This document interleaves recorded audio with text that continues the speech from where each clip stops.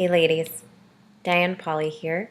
I call myself a client conversationalist, and what I do is I help other women like myself, women entrepreneurs online, learn how to share their story out loud from a really powerful place so they can have really great conversations with their ideal clients online, an extension of themselves, and learn how to build up real relationships in a digital age.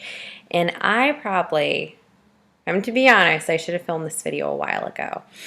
But I heard a quote over this weekend and it sparked something in me. And it was just a simple phrase from a podcast I was listening to. And it said, you have to be an advocate for what you stand for. And it's simple, right? We are our brands. We do represent our messages, but sometimes we don't think about too much the philosophy and the ethics and the integrity and the value that we stand upon. We think, I got to go into business, I got to make money, I got to have a life on my terms, all this stuff that can be self-serving and fill a part of our why, which we need. Yes, we need to pay the bills. Yes, we need to feel like we're contributing. Yes, we need to feel like we're doing this on our own, on our own talent and ambition and way we want to define success. But there's so much more. There's so much more to creating a business. I mean, if we wanted to make money, we would not be going into a path less traveled that brings up all of this personal development stuff that we have to deal with along the way. We would not be choosing this path then if that was our only goal. And that serves to make us think deeper. It makes us think about the reasons why we're doing this, what we stand upon, our philosophy, our beliefs, our values, our core values, the things that make up who we are. And I've been discovering more and more of this as I've been going along. I started my first jab at entrepreneurship in my corporate cubicle, creating an anonymous blog, wanting to know if anybody else out there in the world felt the same way I was feeling, like they were meant to be doing more with their life than just, almost evaporating, in a life that wasn't meant for them. That eventually morphed into a team vision I had for, a startup where I got this team on board and we wanted to create this real life vision where people who had a bigger dream, who didn't really understand entrepreneurship, could go to a place and learn how to take all the aspects of who they are and create a business.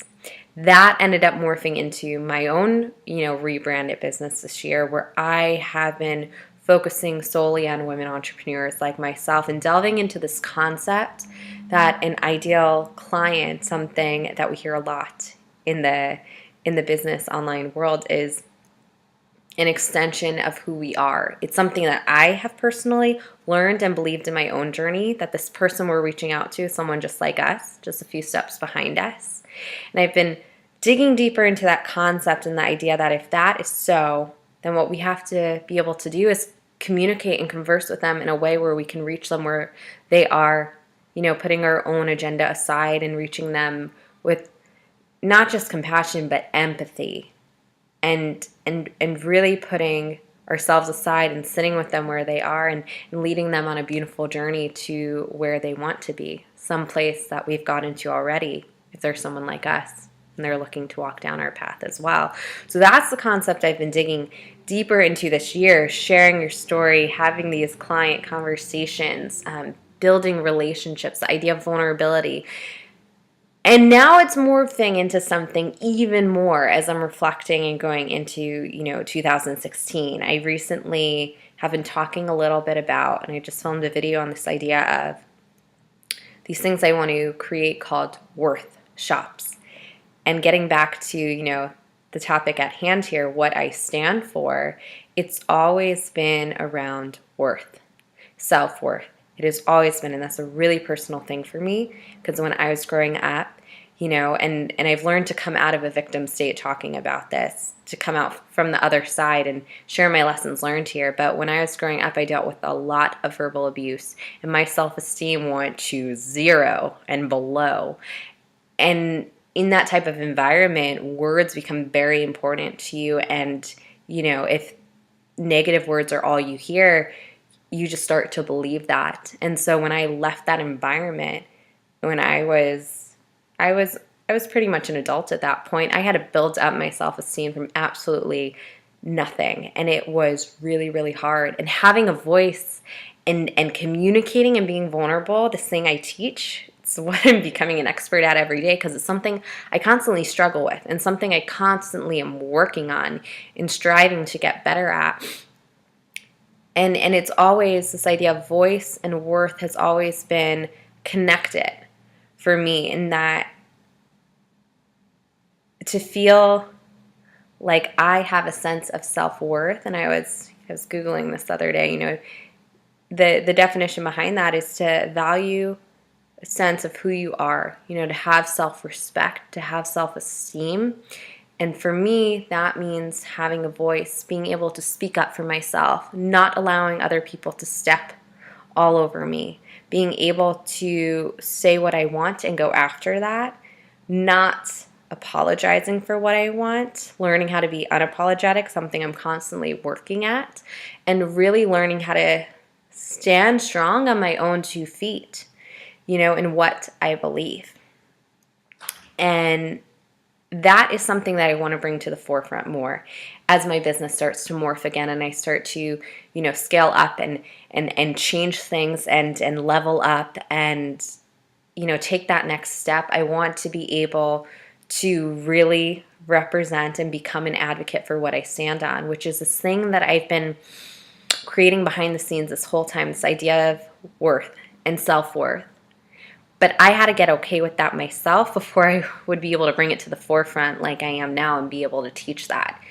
If we are to teach anything profound and to lead any sort of movement, we have to be able to go through that ourselves, especially for leading those like ourselves on a journey. We have to know that journey in and out. And I've come through the fires of knowing what it's like to have your self-worth taken away from you and learn how to build that bedrock up again.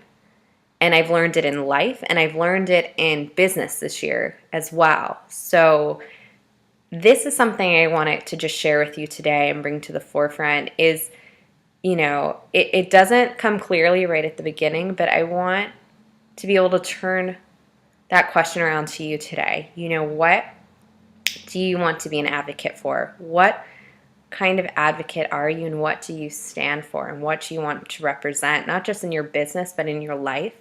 Because when we are able to get to that point and are able to represent that truth and that real identity of who we are and stand on 2 feet for what we believe, that's when we know that we're moving in the right direction. That's when we become the leader, that we were meant to be. That's when we start to lead this movement that has been in our heart. That's when all the doors and the floodgates start to open for us for what we want in our life and what we hope to create. And it's ultimately, I believe, how we find our purpose. So that is just something I wanted to share with you today, something that's been on my heart and my mind a lot lately, and something that I've been in the midst of creating for a very long time. I'm starting to get to the cusp of it, and it's exciting and it's scary at the same time. So, today I ask you to think about that as well. Until next week, thank you so much for listening. I really appreciate you being here, and I'll talk to you soon.